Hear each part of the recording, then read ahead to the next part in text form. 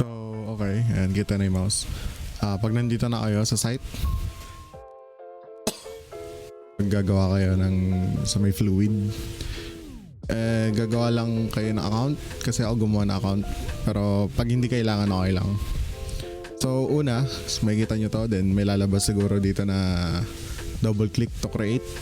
Okay. So, yun lang. Double click tayo. So, ayun na. May page 2 na yakin kasi nag-try na ako kanina. Pero, okay. Click nyo lang yan. For sure, yung sa inyo may background ng ganito, pwede nyo naman siyang palitan. Any na gusto nyo. Or, kapag gusto nyo ng ganito, kapalitan nyo yung kulay mismo, pero stick na lang muna tayo siguro dito. Okay. Sorry. So pag nasa page na tayo, malamang ipapakita natin kung ano yung makikita nila. Siyempre, ipapakita natin na may bar pa silang ganyan.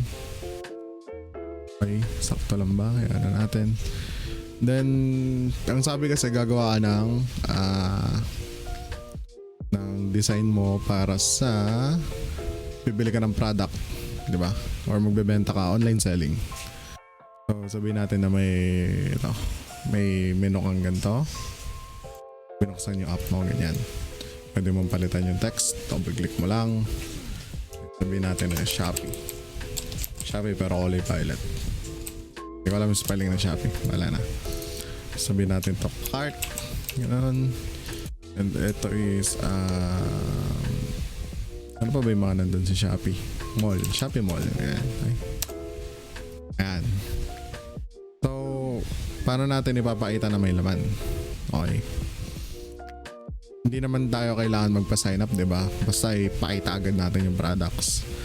So, eto, pwede nyo gamitin to. Halimbawa, image to. Hindi kasi natin pwede lagyan ng image, I think. Oo. So sabihin natin may isa tayong malaking picture dito. Yan. Oh. Diba may picture tayo dyan. Ngayon, yung parang featured products natin na may discroll, ganon. Then, maglalagay na tayo ng products natin, syempre. So dito muna. Diba maglalagay tayo ng products natin dito.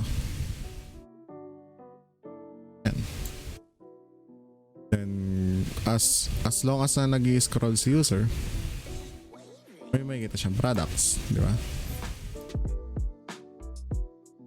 Sabihin natin ipagitna natin lahat.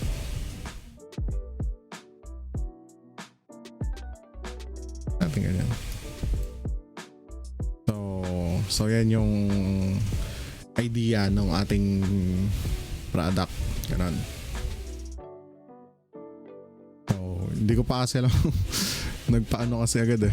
Okay. Link? Ito ba yan? Hindi. Mala. Ito ang i-add link natin. Oh no. Link settings. Delete muna natin. Okay. Ito, kiklik natin yung text, 'di ba? Sa pag ito lang, buo yan. Pag kinlik mo, magli-link. Pero ang kailangan lang naman natin is yung text. So sa cart, halimbawa, unahin natin yung gawan ng page yung cart. Okay. So labas muna tayo. Tapos double click tayo para gumawa ng bagong page. So pag nagpunta sila ng cart, kailangan ano yung makikita nila? Okay. So as is, lagay ulit natin 'to. Ito. Yan. So then lagay pa rin natin yung cart kahit nasa cart ka na, and yung mall, nasa Shopee Mall. Then syempre yung background natin, and then ipapakita na natin yung cart. Syempre pag nagbigay tayo ng cart, anong ipapakita natin? Syempre yung list. Okay. Yan. Ano yung laman ng cart? O kaya kung gusto nyo, pwede tayo magganto na lang, drop down. Wag to. Lagay tayo ng list na lang para mas maganda. So, ito na yung ating ito na yung ating pinaka-list.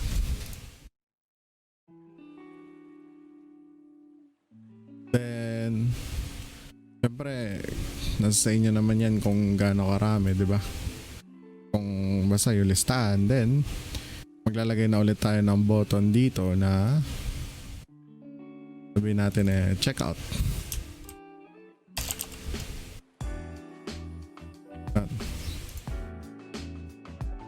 Nakalimutan ko. So sabihin na lang natin na lagyan natin ng checker. Lagyan natin sila ng checker. Kasi syempre pipiliin mo kung ano yung bilhin mo, di ba? So halimbawa yan ay checker natin. Tapos checkout. Pag pinindot natin checkout, ililink natin yan. Ayan. Syempre gagawa na naman tayo ng isang page na magsasabi kung ano yung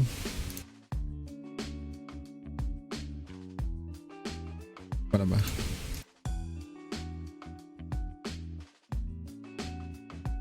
nakalink to, di ba? Yan. So nakalink na sila kasi pag pin-review natin, I think maglo-load lang siya.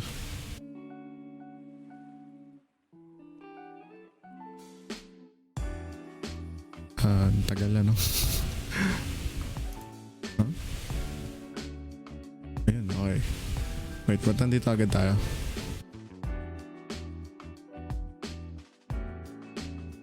Pag pinindot natin checkout, pupunta tayo doon. Okay. So, edit ulit tayo. Dapat, ito yung preview natin. Ba't nandito tayo mag-preview? No. Holy shish. Hindi ko alam kung ba't ito dapat yung main page dito.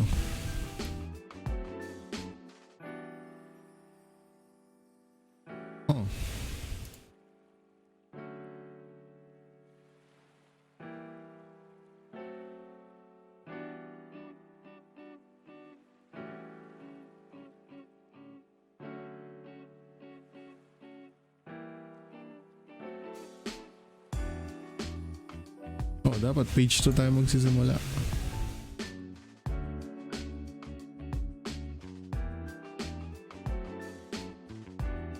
Tayo.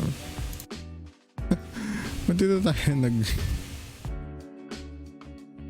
Ayun, okay. So, ganun. Pag pinindot natin tong cart, pupunta tayo dito. Then check out the page. Okay. So, basically, yun na yung pinaka-flow. So, sa mga listahan dito, kayo nang bahala kung ano yung gusto nyong ilagay na link. And yeah. And wag nyo palang kakalimutan na pag pumindot si user, halimbawa gusto niya mag-back. Lagay tayo ng back button, ng mga button na katulad na... Meron ba? Wala siyang back button. Wala.